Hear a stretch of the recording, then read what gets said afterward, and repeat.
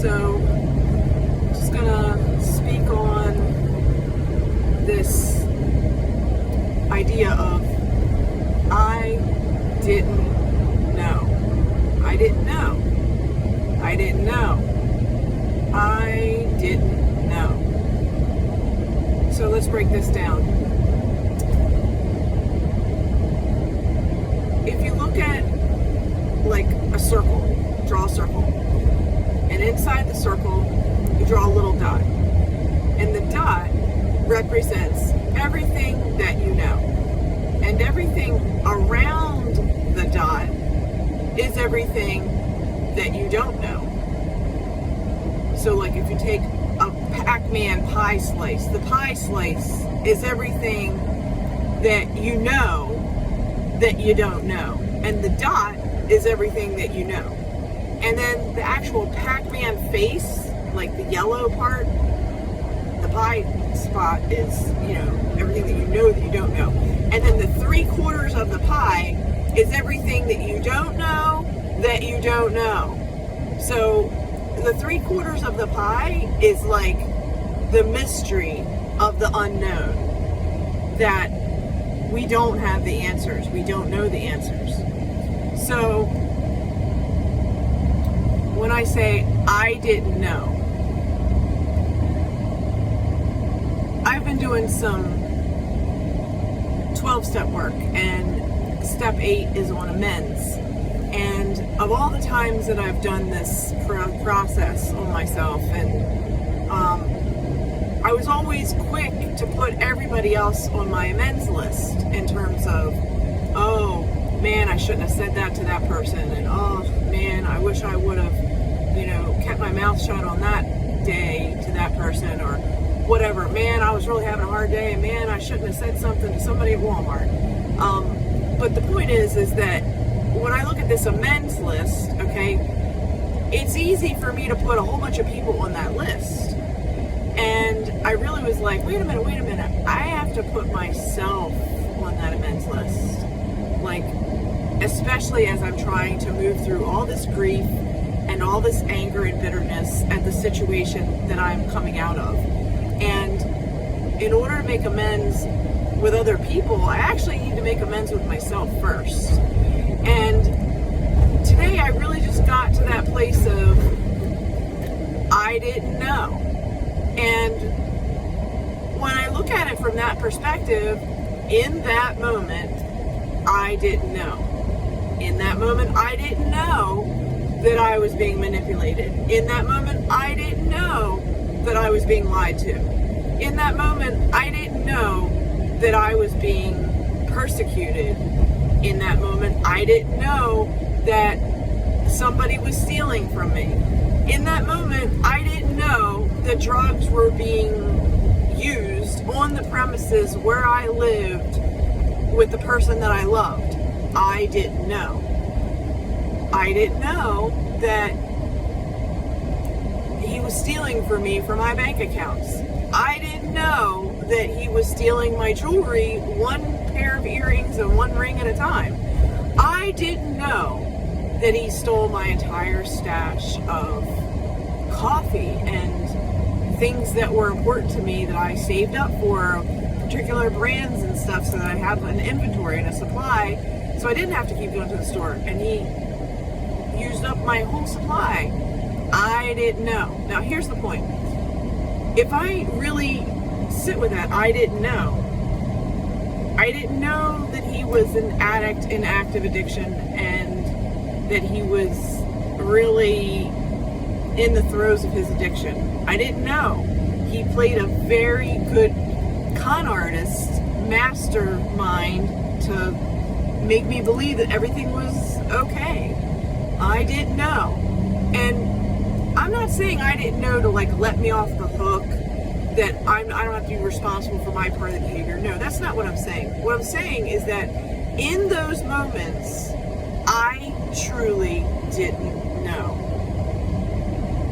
And by saying that, there is a sense of freedom, that because I didn't know, I'm not going to think like an addict, because I'm not an addict. I'm not going to think about storing drug needles and cut off your circulation bands and, first aid supplies, behind a toilet. It's just not something I'm going to be looking for because I'm not an addict. But the point is that I didn't know. And if I give myself that grace and mercy to myself that I didn't know, then perhaps I can really get to a state of forgiving myself and moving forward that I didn't know. Now, as far as like this whole concept and topic that I've been talking about in some of my other videos of narcissists and narcissism, I didn't know. I didn't know what the signs were. I didn't know what the traits and the character traits were at that time. I didn't know. I was clueless. I had no idea. I didn't know. You could say I was naive. I didn't know. But here's the bottom line. God knows. God is the one that's all-powerful, all-knowing, omniscient, omnipresent, and God knows. And God knows what's best for me. And I didn't know. And because I didn't know, all those conversations of negativity and triangulation and meanness and violent thinking and violent threats on my life and all of those things that I didn't know anything about while it was taking place, but I found out after he died. So I didn't know. I didn't know that he was acting like that kind of person. I didn't know that he really had a malicious intent for me in my life. And when I look at it like God knows, and because God does know, God wiped him out so that I didn't have to have any more of that with my connection with him.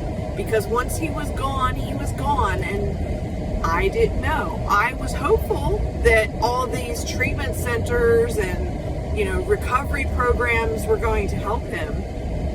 However, I didn't know what was really going on in the world of what drug addicts and what doctors and what, the whole society is pushing and how there's so much greed around all this. I didn't know. I didn't know that recovery houses are getting so much money per person to stick them in one of those rooms in a house in the middle of a blue light district, like in the middle of the hood.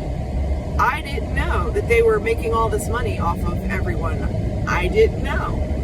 And when you look at everything together and you think, wow, like there really is a lot more going on than we really truly understand, because we're only seeing one little dot of it, or we're only seeing one pie slice of what's really going on. And meanwhile, the aerial view is that God is going, I've got this under control. Like, just focus on the next 50 feet, the next 100 feet. And that's it. And I've got you. And the mystery of living in that question mark and letting God lead and letting God be God is also an act of forgiveness to myself. Like, I don't have to play God. I don't have to act like I know what's going on, because I don't know what's going on. I can just be humble and surrender and say, you know what? I really don't know. I didn't know. I don't know. I can be present to what is. I can be hopeful for what might be. And I didn't know.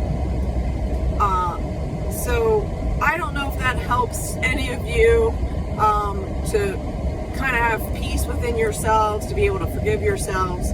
But I encourage you to just sit with those words, I didn't know, and kind of meditate on it. Maybe do a walking meditation with it.